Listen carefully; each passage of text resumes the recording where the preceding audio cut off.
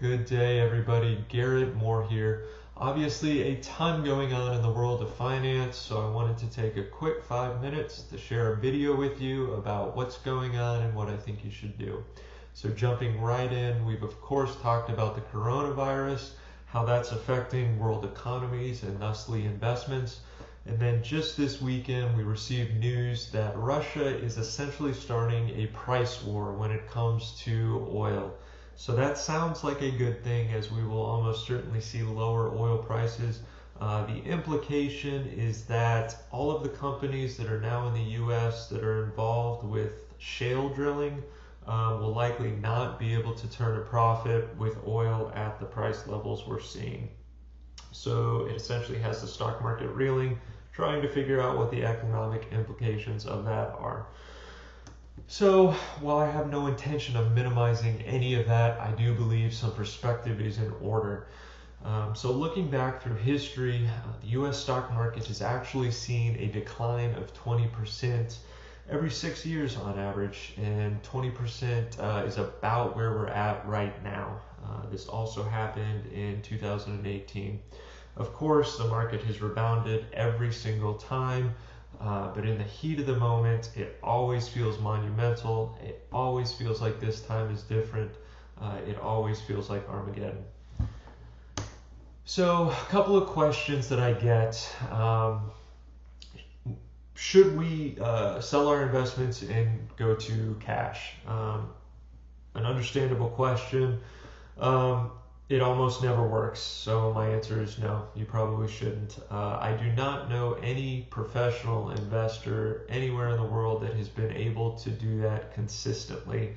And it's really because you have to make two perfectly correct decisions. You have to decide when you're going to sell at the exact right time, and you have to decide when you're going to buy back in at the exact right time. Nobody can know when that's going to be in either case. It just doesn't work. As difficult as it is, your best course of action is to stay where you're at and not do anything. For those of you that are retired, you obviously cannot put your retirement on hold. You can't just stop spending money.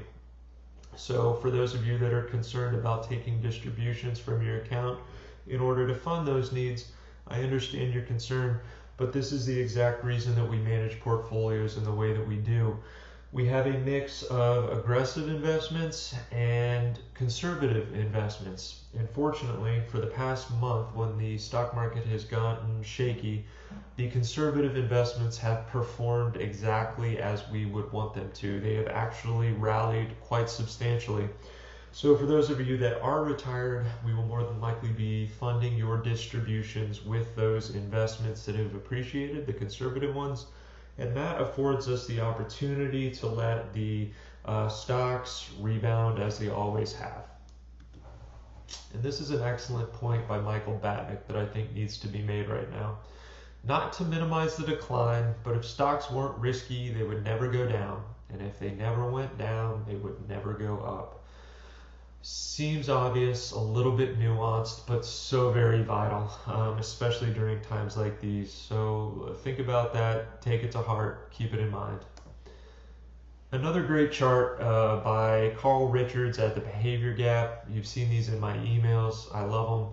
He says you get to decide which one you want to focus on, the past 5 years or the past 5 days. There's another golden nugget of a lesson in here.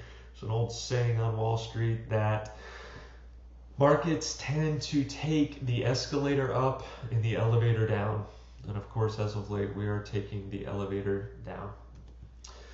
So again, I don't want to minimize any of this. I understand that this is quite scary. Absolutely, I'm right there with you. But please know that I am here to talk to you at any time about any of this, anything that's on your mind.